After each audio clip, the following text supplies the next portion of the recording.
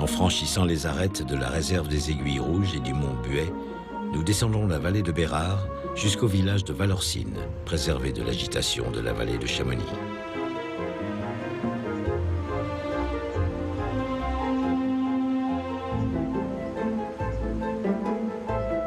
Plusieurs fois endommagée depuis le XVIIIe siècle par des coulées de neige, l'église de Valorcine est protégée par une étrave de pierre faisant office de paravalanche.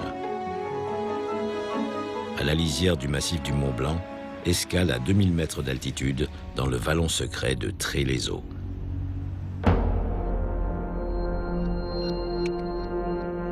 Originaire de Valorcine, le guide Frédéric Ancet est aussi cristallier. Il arpente la montagne à la recherche de cristaux naturels de roche. On nous disait toujours, si tu travailles pas à l'école, tu seras guide moniteur de ski. Ben voilà, c'est fait.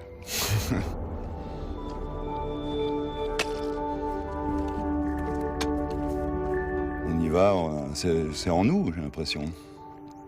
C'est pas un métier. On fait pas ça pour gagner de l'argent. Puis ça me plaît, la liberté d'être par là, de faire découvrir aux gens ces endroits merveilleux. Faire le guide, c'est devenu un luxe maintenant. La vie est tellement chère, ça fait qu'il n'y a plus beaucoup de vrais guides. On ne peut pas se permettre de perdre des journées en attendant le beau temps, en attendant le bon créneau pour aller faire les Drues ou les Grandes Jorasses. Ça fait que les guides, maintenant les guides font du canyoning, font du vélo, font de l'acrobranche.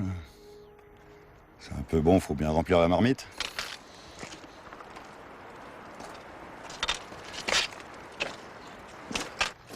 Moi, je me considère plutôt guide collectionneur de cristaux.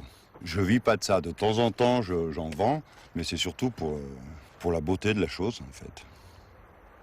Quand il y a eu la construction du barrage des Mossons, ils ont fait des galeries un peu partout pour récupérer l'eau dans toutes les vallées, l'eau des glaciers. Et c'est là qu'ils ont trouvé un énorme four à cristaux juste là-dessous. Et puis on est toujours venu chercher là avec mon père, avec mon frère. Ça fait 40 ans cette année. On appelle ça la cueillette des cristaux. Hein. C'est comme les champignons. Il faut sillonner le terrain. Après, on a des zones et on essaie de tourner sur ces zones. Moi, je laisse souvent poser les endroits pendant 2 ans. On essaie de cacher l'endroit, même des fois, on ne les retrouve pas, tellement la montagne change. Ou alors l'endroit a carrément disparu. La tradition des chasseurs de cristaux est une pratique liée au patrimoine culturel des Alpes et constitue l'un des attraits fascinants de la montagne.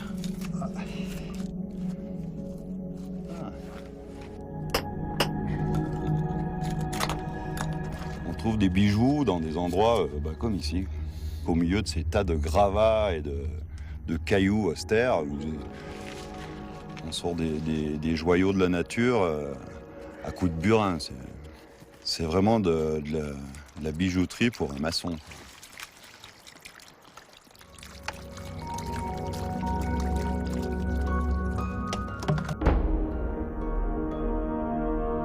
Pour Frédéric, la fonte des glaciers est à la fois un bien et un mal. Elle menace son métier de guide, mais dégage des pans entiers de montagne où il peut trouver de nouveaux cristaux.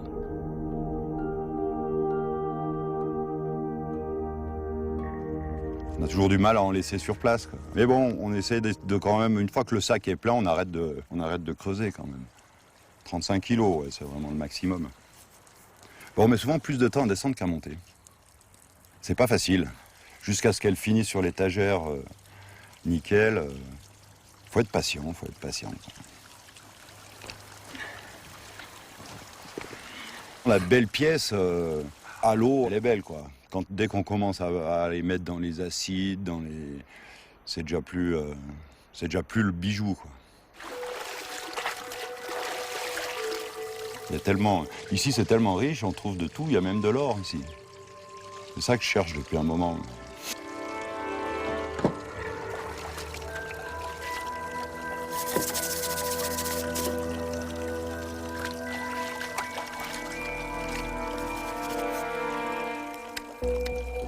J'aimerais bien plus tard avoir un endroit pour les exposer, pour faire tourner aussi tous les copains cristalliers qui ont beaucoup de jolies pièces chez eux, pour les montrer aux gens.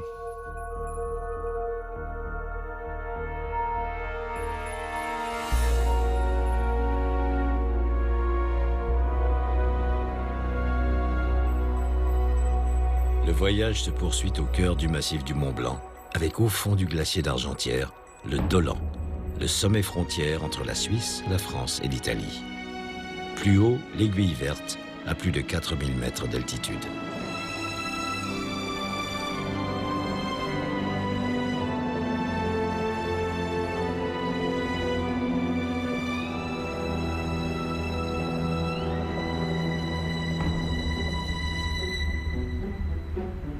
La chaîne des courtes, des droites, les drues, des sommets de légende qui font rêver les alpinistes. Plus loin, la prestigieuse face nord des Grandes Jorasses. En 1935, c'est une cordée allemande qui réussit pour la première fois son ascension.